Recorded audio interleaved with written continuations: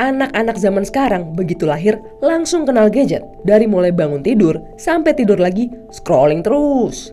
Celakanya, nggak semua yang ada di ruang digital layak konsumsi bagi anak. Kalau nggak ada pengawasan, bisa-bisa konten-konten buruk mempengaruhi mental, spiritual, hingga tumbuh kembang anak. Pemerintah sendiri sedang menggodok aturan pembatasan media sosial untuk anak. Kira-kira bakal seefektif apa ya regulasi ini?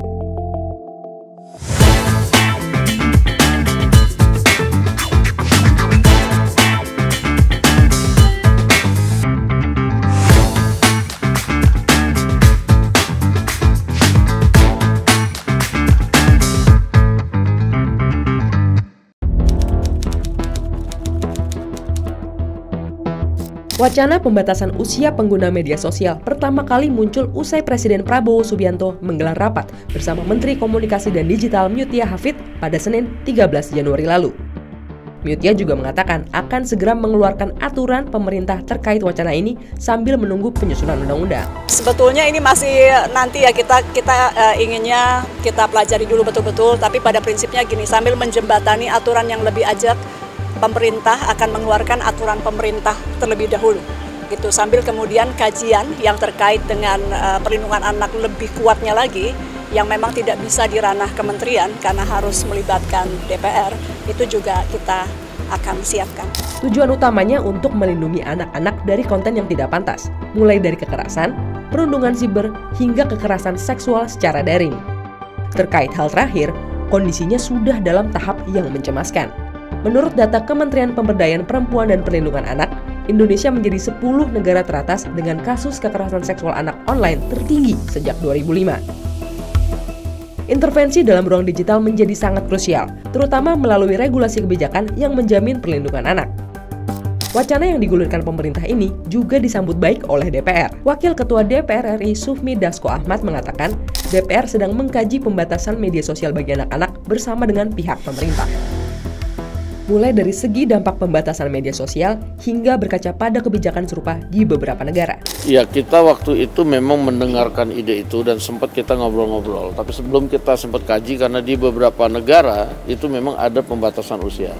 Nah, tapi baik buruknya, kemudian dari sisi manfaat dan lain-lain, kita akan kaji lebih dalam. Dan tentunya ide dari pihak pemerintah itu kemudian dari legislatif itu kita akan kaji dan kita akan bicarakan bersama. Demikian. Nah, untuk penerapannya kita bisa belajar dari Australia yang jadi negara pertama di dunia dalam pembatasan penggunaan media sosial untuk anak-anak.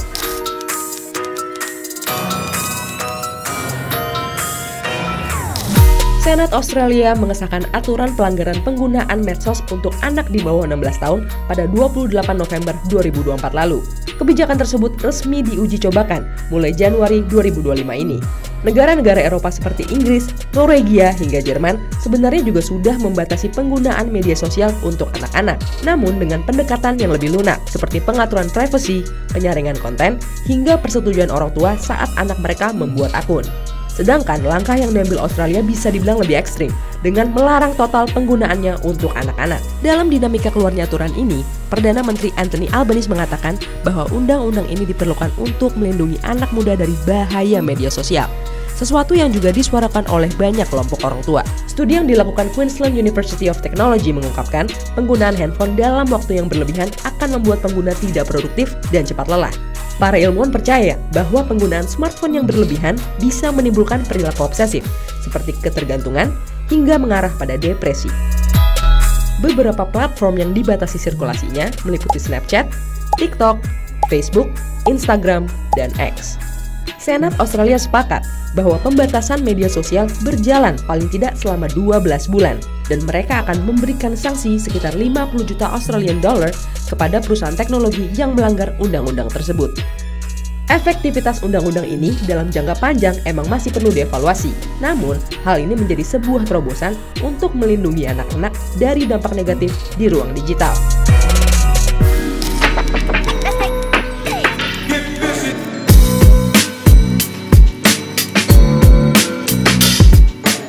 Bergulirnya wacana ini mendapat banyak respons dari berbagai pihak. Ada yang pro, ada juga yang kontra. Federasi Serikat Guru Indonesia menyambut baik inisiatif pemerintah untuk membatasi penggunaan media sosial untuk anak-anak guna melindungi mereka dari ancaman dunia maya. Ketua Dewan Pakar FSGI, Retno Listiarti menjelaskan, pengawasan media sosial juga menjadi tanggung jawab orang tua. Namun, tidak semua orang tua memiliki kemampuan untuk terus up to date dengan platform dan konten baru yang sedang berkembang. Karena untuk mengawasi anak-anak di dunia maya, misalnya di media sosial, kadang kan orang tuanya belum tentu melek teknologi. Orang tuanya belum tentu punya Instagram misalnya, kalau anak sekarang kan Instagram. Nah lalu atau TikTok gitu. Nah sementara tuh anak-anak mengenal itu. Nah orang tuanya mungkin sulit kalau dia sendiri tidak punya Instagram, tidak punya TikTok, gimana dia juga ngawasin anak-anak mereka kan.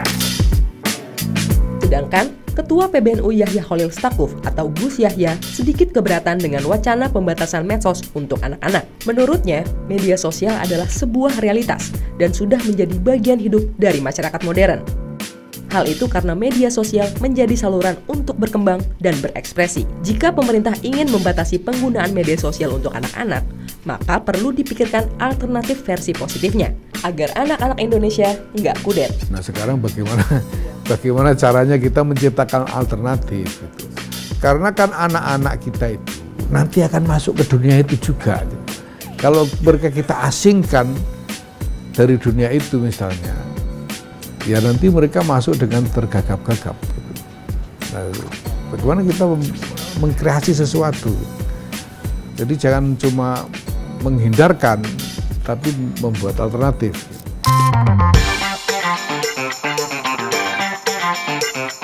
Pada dasarnya, perkembangan dunia teknologi menjadi penting bagi anak-anak jika dapat dimanfaatkan dengan baik. Teknologi digital memungkinkan anak-anak untuk berkreasi, berkomunikasi, serta mengakses materi pembelajaran kapan saja dan dari mana saja.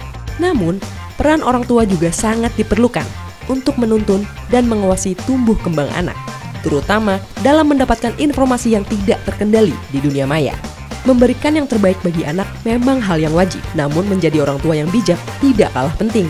Bijak dalam mendidik, memberi kasih sayang, dan memenuhi kebutuhan tanpa berlebihan, itulah kunci menciptakan hubungan yang sehat dengan anak.